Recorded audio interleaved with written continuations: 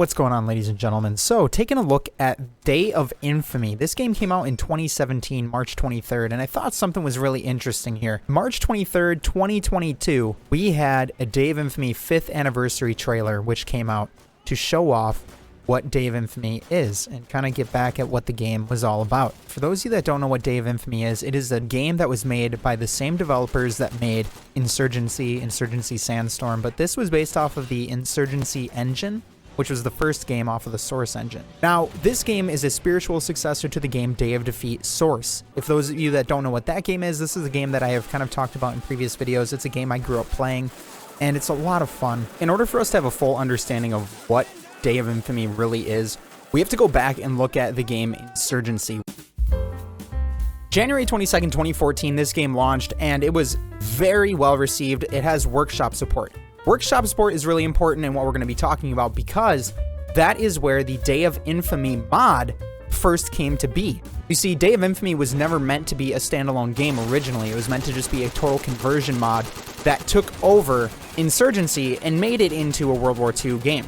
And there was a full community that was working on this. And if you take a look at the collection that they have, you can see they have a lot of the maps, Bastogne, Dog Red. Well, lo and behold, 2017 rolls around and we have Day of Infamy that drops March 23rd, 2017. So what ended up happening here? Well, there's a multitude of things that we can look at. Number one, I think the biggest thing that you're going to see is that if you look at the community hub and some of the news that had come out for this game, the most up-to-date news was from March 23rd, where we have that 5th anniversary that we talked about. You can see that they have the World War I modification that they were coming out with. But then after that, there wasn't a whole lot that was being pushed in regards to Day of Infamy. And really because of Day of Infamy dropping in 2017 and then Insurgency Sandstorm dropping in 2018, a lot of the focus really ended up being on Insurgency Sandstorm. And then we can take a look at World War II just wasn't really hitting for a lot of people. When you take a look at 2017, you have Call of Duty World War II also came out around that year. People are getting oversaturated with World War II content, and even look at Call of Duty Vanguard today, the numbers were just not there for sales and what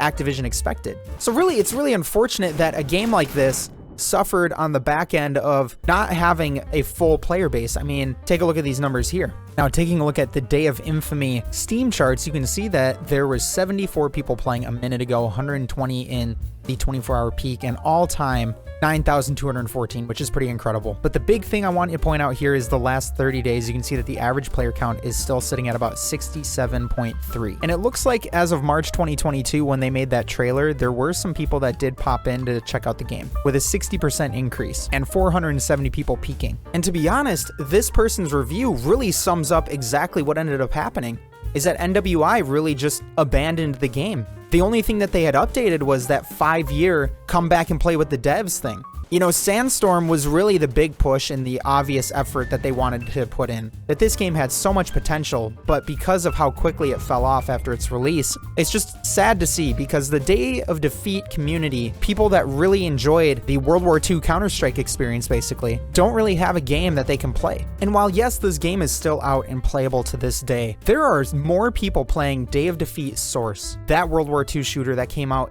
in 2010, than there are people that are playing Day of Infamy, which came out in 2017.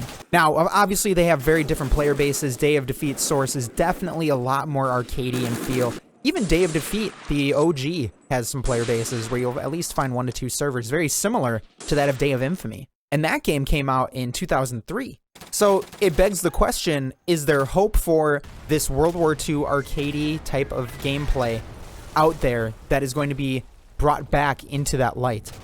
Now, to be fair, there are other games that have tried to do the same formula that Day of Defeat really did. There's a game called Days of War. If you haven't heard of it, not surprised. They did a horrible job, in my opinion, at advertising this game. I saw it when it first came out back in 2020, January, and it looked like it had a lot of potential, but I held off on getting the game right away because I was a little cautious on some of these early access World War II shooters, especially something that's trying to replicate what Day of Defeat did.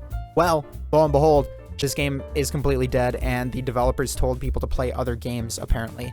But I want to keep the focus here on Day of Infamy, obviously. With tactical first-person shooters, it's all about map knowledge. That's the key, right? As long as you know the different corners that people will hide or those different areas, that is key to learning the game and learning the maps. The problem is there aren't enough servers going around with a skill level that is going to match a lot of people that are going to be able to play this game, and I see why it probably fizzled out a lot quicker than the developers maybe had hoped or wanted. Because if you already have a niche World War II community, then you're adding in a very difficult, challenging area. Players who this is their go-to thing, and there are some people that maybe want to just jump in and try it out. And hey, I'm not saying that that's a bad thing. If you enjoy these games and you're good at them, that's fine. But the problem for the developer side of the house and for people that are coming in and picking the game up, that want to play a tactical first-person shooter that's in a specific genre, but it's maybe more of a niche genre, so to speak, then you have to look at those type of issues that the game is having. And one of them right now, I can tell you right now, is that it's similar to any other smaller niche community that plays one specific game that's been out for years, is that you can't grow that community or you can't grow that player base because of how challenging it is when you have this many people that constantly know the maps like the back of their hand, and you have new people that are coming in to try and check it out.